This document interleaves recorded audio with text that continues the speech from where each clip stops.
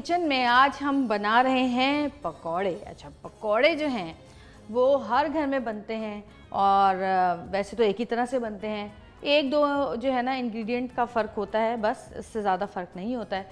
तो आज मैं बना रही हूँ पकौड़े जिनको हम कहते हैं प्याज के पकौड़े। और प्याज के पकौड़ों में जो जो चीज़ें हमें चाहिए उनमें जो है मैं आपको बताती हूँ क्या क्या चीज़ें हैं। बेसन हमने घोल लिया है, पिसा हुआ लहसुन, कटे हुए पुदीना, कटा हुआ धनिया, कटी हुई हरी मिर्चें, प्याज इस तरह से कटा हुआ चाहिए।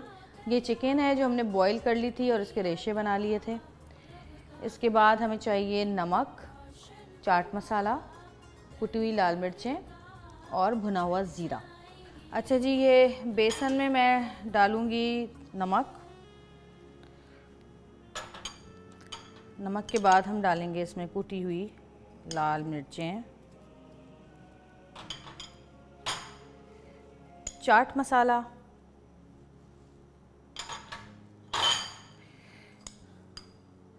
ज़ीरा, पिसा हुआ लहसुन डलेगा इसमें तकरीबन 1 चाय का चमचा। अब हम इसमें डालेंगे चिकन। ये आप देख रहे हैं चिकन मैंने इस तरह से कर ली है, ये चिकन डलेगी इसमें।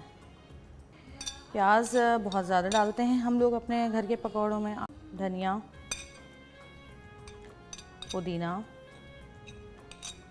और कटी हुई हरी मिर्च। अब इसको हम अच्छी तरह मिक्स कर लेंगे।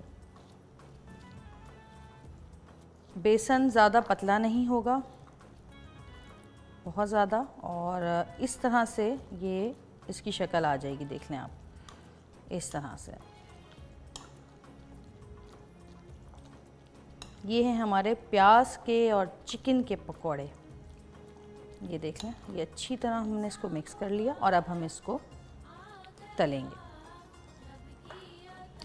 अब हम इसको पकौड़ों को तलेंगे और फिर आपको दिखाएंगे कि हमारे घर के पकौड़े किस शक्ल के होते हैं, किस तरह के होते हैं, क्या क्या डलता है उसमें। तो जी ये डलता है इसमें, खाली जो है ना उसका मुर्गी का इजाफ़ा किया है मैंने, बस, और कुछ भी नहीं है। बाकी ऐसी कुछ कभी कभी हम लोग इसमें कटे हुए उबले हुए आलू भी डाल देते हैं, या बॉयल्ड नहीं डालते तो बारीक बारीक काट के डाल देते हैं, वो चीज़ें भी डल जाती हैं।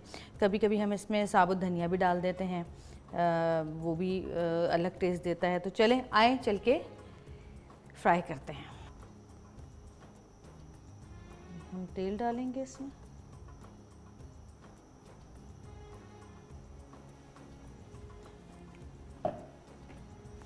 और तेल को थोड़ा सा गर्म होने देंगे, उसके बाद हम इसमें पकौड़े डालेंगे। अच्छा, जब हम पकौड़े बनाते हैं तो कुछ लोग जो हैं वो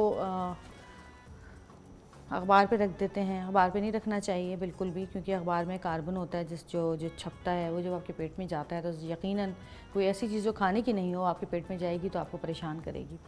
दूसरी चीज़ें, अखबार जगह जगह पड़ा होता है, उस पर कीड़े मकोड़े घूमते रहते हैं, बैठते रहते हैं, 10 चीज़ें होती हैं, गंदगी होती है, गर्द होती है, डस्ट होती है, तो अखबार पे तो बिल्कुल भी नहीं रखना चाहिए। तीसरी बात ये, आप ये कर सकते हैं कि आप जो नैपकिन्स आते हैं, टिश्यू पेपर्स जो आते हैं, उस पर रख के आप इसका जो ऑयल है वो निकाल सकते हैं।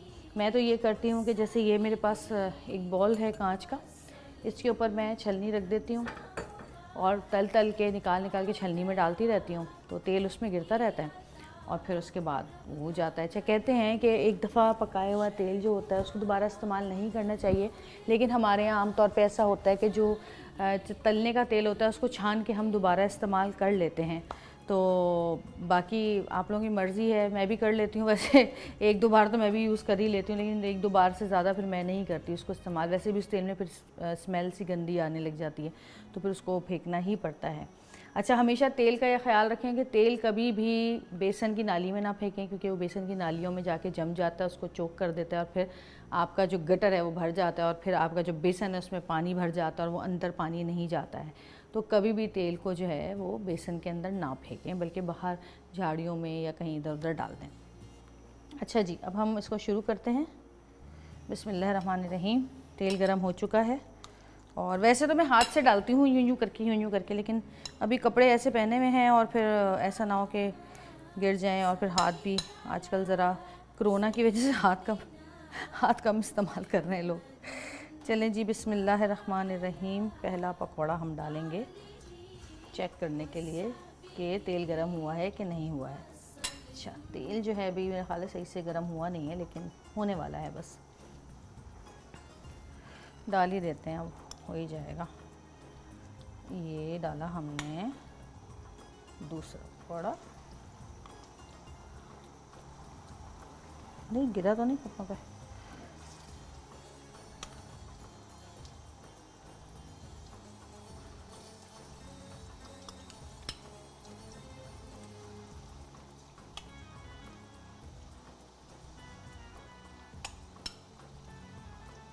अच्छा जी, ये छलनी जो है ना, ये देख लें, ये आ गई है मेरे पास। ये छलनी जो है मैं इसके ऊपर रख दूंगी।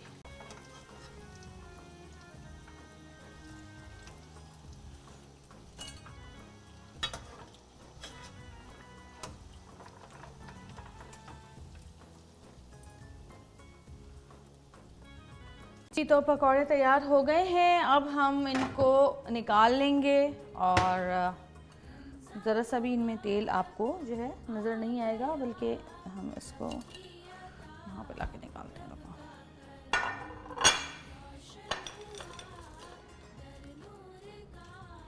पकौड़े हमने निकाल लिए हैं। इन पे हम सजाने के लिए या तो धनिया डालेंगे या ये हरी प्याज थोड़ी सी डाल देंगे। उसके बाद हम इस पे डालेंगे ये चाट मसाला, और अब हम इस पे रखेंगे हरी चटनी और केचप, क्योंकि मेरे यहाँ हरी चटनी और केचप को मिक्स करके पकौड़ों के साथ खाया जाता है।